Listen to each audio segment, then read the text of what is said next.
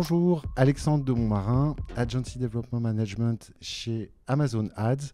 Je suis ravi d'accueillir aujourd'hui Ludovic Silva, directeur général de Kineso France, pour discuter de l'essor du streaming vidéo. Merci beaucoup pour l'invitation. Je suis ravi d'être là avec toi aujourd'hui. Ludovic, la consommation des usages bascule vers le streaming.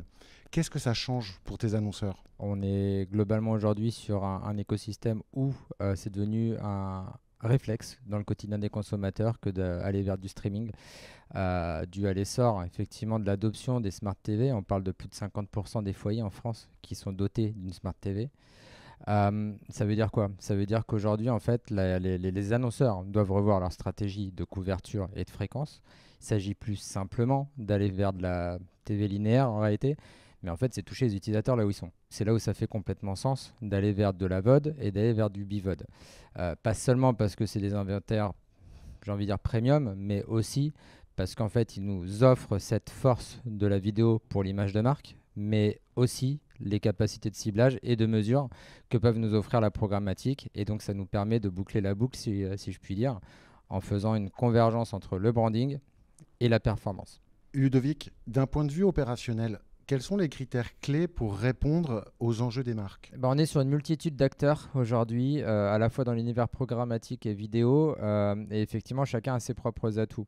Aujourd'hui, pour moi, il y a 3 points majeurs qui vont distinguer un DSP par rapport à un autre. Le premier, c'est l'inventaire exclusif. Dans quelle mesure est-ce que le DSP est en capacité de nous offrir un environnement exclusif, premium, qui n'est pas disponible en open auction ?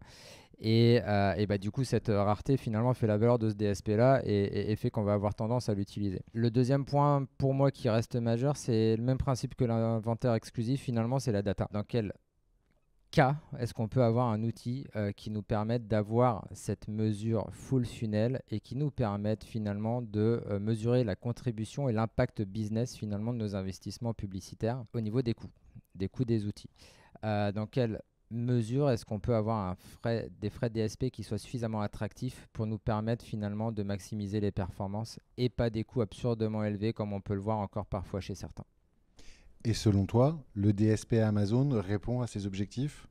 Sur la base de ces variables, on a décidé nous de travailler, alors on travaille avec plusieurs DSP évidemment, mais en tout cas le DSP principal qu'on utilise aujourd'hui, c'est Amazon DSP.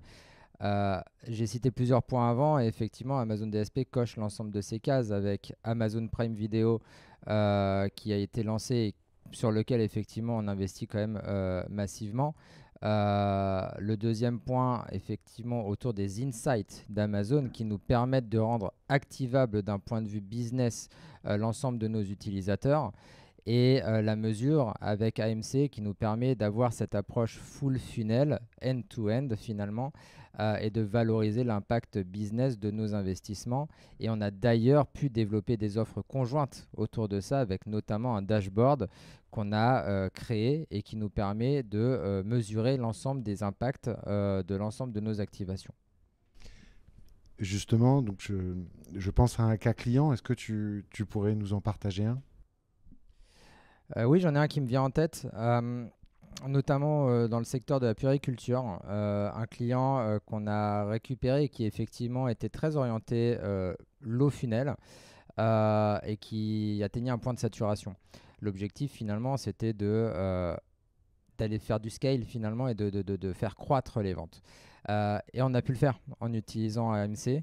En utilisant les audiences d'AMC, l'idée c'était de pouvoir scorer l'ensemble des audiences présentes dans Amazon, de pouvoir les scorer en fonction des produits visités, des paniers abandonnés et de pouvoir activer ces mêmes audiences avec des stratégies d'enchères bien spécifiques pour aller justement créer cette croissance business. Et le deuxième point qui a été pour moi fondamental dans ce dispositif avec ce client, c'est la mesure full funnel qui nous a permis d'identifier les bons insights et le meilleur chemin pour aller activer les meilleurs profils et donc avoir les meilleurs taux de conversion.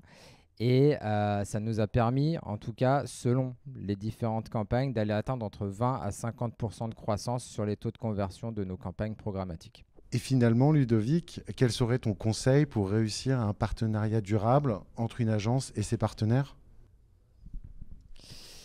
Alors, je vais me permettre un jeu de langage. Quel conseil pour maintenir finalement? Parce que c'est une collaboration, une proximité qu'on a ensemble, en tout cas avec Amazon et Media Brands, qui nous a permis d'en arriver là où on en est aujourd'hui. C'est cette collaboration, cette écoute des feedbacks, ce déploiement des ressources et des solutions pour justement répondre à ces besoins qui nous a conduit finalement à avoir Amazon DSP comme étant un des DSP principaux et utilisés dans nos dispositifs médias. Euh, le test and learn, très important de pouvoir ensemble, et c'est ce qu'on fait d'ailleurs aujourd'hui, dès le brief, pouvoir imaginer des tests, des learning agenda, comme on les appelle si bien, et qui nous permettent justement de pouvoir identifier les innovations à pousser, les meilleures études et les meilleurs tests à mener pour justement aller chercher des leviers de croissance business. Un partenariat, finalement, ça va pas simplement se faire sur des indicateurs business, mais ça va surtout être la capacité qu'on a ensemble, à mon avis, à faire bouger les lignes. Merci Ludo. Merci encore pour l'invitation.